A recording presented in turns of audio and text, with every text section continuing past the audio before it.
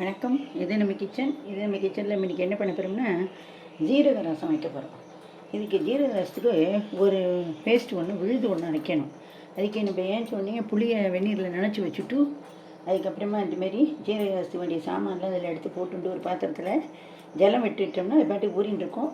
ரசம் வைக்கிற நேரத்துக்கு அரைச்சிக்கலாம். இப்போ நான் என்ன பண்ணுறேன்னா,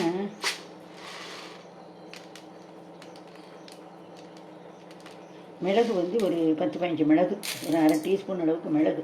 இதுக்கு மேலே போட வேண்டாம், ரொம்ப காரமாகிடும், குழந்தையெல்லாம் சாப்பிட மாட்டாப்புல. ஜீரகம் நல்லா இந்த அளவுக்கு ஜீரகம் வச்சுக்கணும். இந்த அளவுக்கு ஜீரகம் வச்சுக்கணும். அப்புறம் பச்சை மிளகாய், இந்த வத்த மிளகாய். இந்த வத்த மிளகாய் நல்லா மிக்சியில் அரைப்படணுங்கிறதுக்காக ஒரே ஒரு மிளகாய் போதும். இதை நான் கத்திரிக்கோலால் இப்படி ஒரு 5-6 கட் பண்ணி போட்டுக்கிறேன். ஒரு கோல் பேஸ்டாக தான் இதை அரைக்கணும். அதுக்கப்புறம் இதுக்கு என்ன இந்தமாரி ஒரு டேபிள் ஸ்பூன் அளவுக்கு துவரம்பருப்பு, மிளகு, ஜீரகம், மிளகாய்த்தூள், துவரம்பருப்பு, தனியா இருந்தால் ஒரு டீஸ்பூன் அளவுக்கு தனியா போட்டுக்கலாம். இப்போ தனியா என்கிட்ட இல்லாததுனால நான் போடலை, எனக்கு வாங்கிறதுக்கு நேரம் இல்லை, அதனால நான் போடலை. இப்போ இதை ஒரு ஜலம் விட்டு ஊற வச்சுக்கணும். கொஞ்சமாக ஜலத்தை விட்டு நல்லா ஊற வச்சுக்கணும். இது ஊறணும். இப்போ இதுக்கு என்ன பண்ணணுன்னா, இதுக்கு கருவேப்பிலை நிறைய போடணும். நல்லா ஒரு பிடி அளவுக்கு கருவேப்பிலை. நான் கருவேப்பிலை வாங்கினோடனே என்ன பண்ணுவேன்னா, ஃப்ரீயாக இருக்க டயத்தில் அதை உருவிட்டு நல்லா உப்பை போட்டு மஞ்சள் பொடியை போட்டு ஜலத்தில் ஊற வச்சு 2-3 வாட்டி அலசிட்டு அதுக்கப்புறமா நிழல் உணர்த்து எடுத்து வச்சுப்பேன். அந்தமாரி எடுத்து வச்சுட்ட கருவேப்பிலை தான் இது. நல்லா இந்த அளவுக்கு தாராளமாக போடணும். இப்போ இது ஊறின்னு இருக்கட்டும், என்ன ஊறட்டும், பார்க்கலாம்.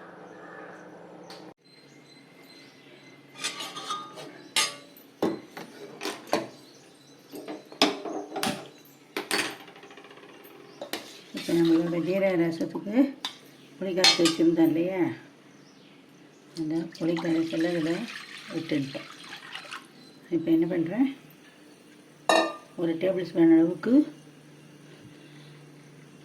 ரசப்பொடி, மஞ்சள் பொடி ஒரு டீஸ்பூன், இதை போட்டுண்டாச்சு. இதெல்லாம் இந்த புளி வாசனை, பச்சை வாசனை, பொடி வாசனை இதெல்லாம் போக நல்லா கொதிக்கணும்.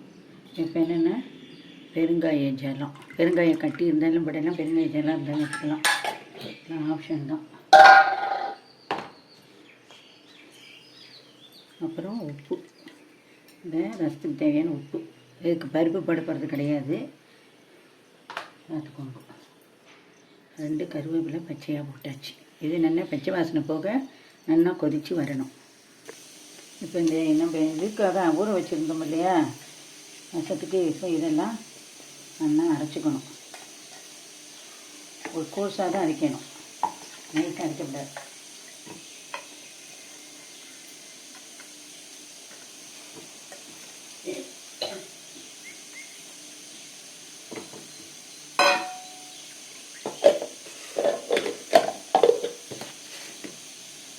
நைஸாக அரைச்சோம்னா ரசம் வண்டலாக போயிடும்.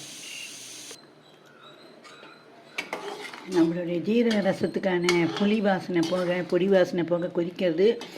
சாம்பார் பொடியோ ரசப்பொடியோ கண்டிப்பாக போடுங்க, போடலைன்னா ரசம் நல்லா இருக்காது. நம்ம அரைச்சி தான் விடுற மீன் போடாமலாம் இருக்க முடியாது.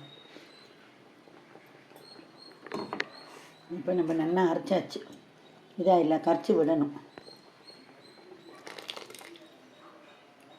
விட்டு விளாவி நுர வந்த உடனே இறக்கிடணும். நான் மிக்ஸி ஜாரை அலம்பி விடுறேன்.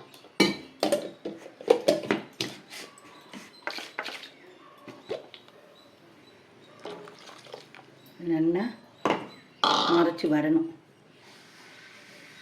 நம்ம இப்போ முப்பருப்பு தொகைகளுக்கு வறுத்து வச்சுருந்தோம் இல்லையா, அதை அரைக்க போகிறேன்.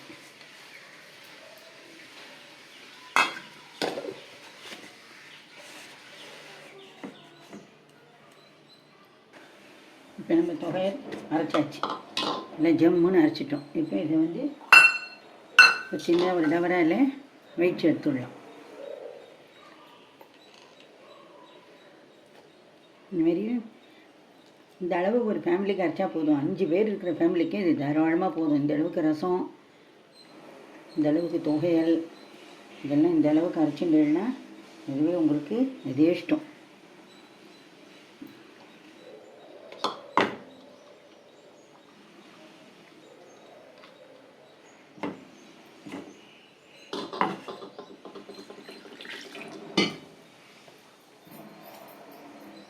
இதேமாரி நீங்களும் பண்ணி பாருங்க. எப்படி வந்தது என்ன ஏதுன்னு சொல்லுங்கள். நன்றி, வணக்கம். இப்போ இதுக்கு நான் வெல்லம் போட்டுக்கிறேன். வெல்லம் கண்டிப்பாக தேவை, கொஞ்சமாவது போடுங்க. நிறைய வேண்டாம், கொஞ்சம் போட்டுப்போம். ஆப்ஷன் தான், வா விருப்பம். இப்போ நான் அடுப்பை ஆஃப் பண்ணிடுறேன்.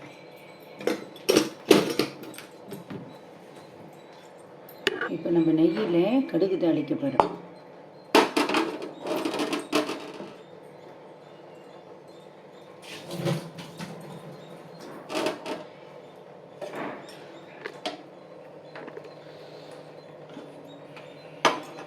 இப்போ ஆன் பண்ணிவிட்டேன், நெய் விட்டுருக்கேன். நெய் நல்லா ஹீட் ஆனவுடனே கடுகு தாளிக்கணும்.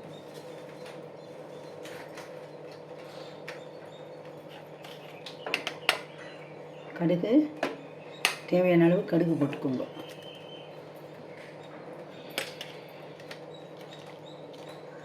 ஒரு மிளகாய் வத்தலை கிள்ளி நல்லா கிள்ளி இதை போட்டுண்டாச்சு. 2 ஜீரகம், அவ்வளோதான். வேணுன்னா 2 கருவேப்பிலை போட்டுக்கலாம். இதென்னா வெடிக்கணும், வறுபட்டு வரணும், வெடிக்கணும். இப்போ நம்மளோட கடுகு வெடிச்சு கொடுத்து நான் அடுப்பை ஆன் பண்ணிட்டேன்.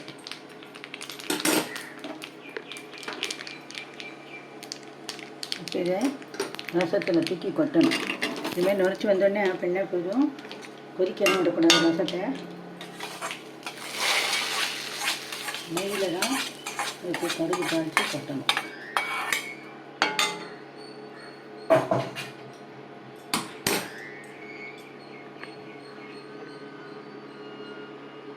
இப்போ நம்மளோட அருமையான சுவையான ஜீரக ரசம் ரெடி ஆகிட்டு.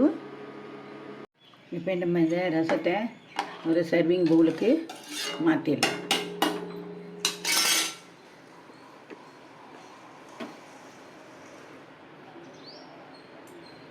இதுமாரி பார்த்து எடுத்து கொட்டுங்க.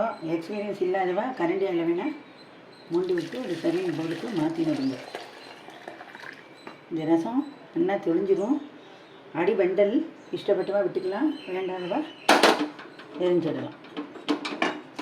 அதுவும் நல்லது. உள்ள அடியில் இருக்கிறது ஃபுல்லாக என்ன, மிளகு, ஜீரகம், கருவேப்பிலை, இந்தமாரி எல்லாம் மூலிகை பொருட்கள் தான்.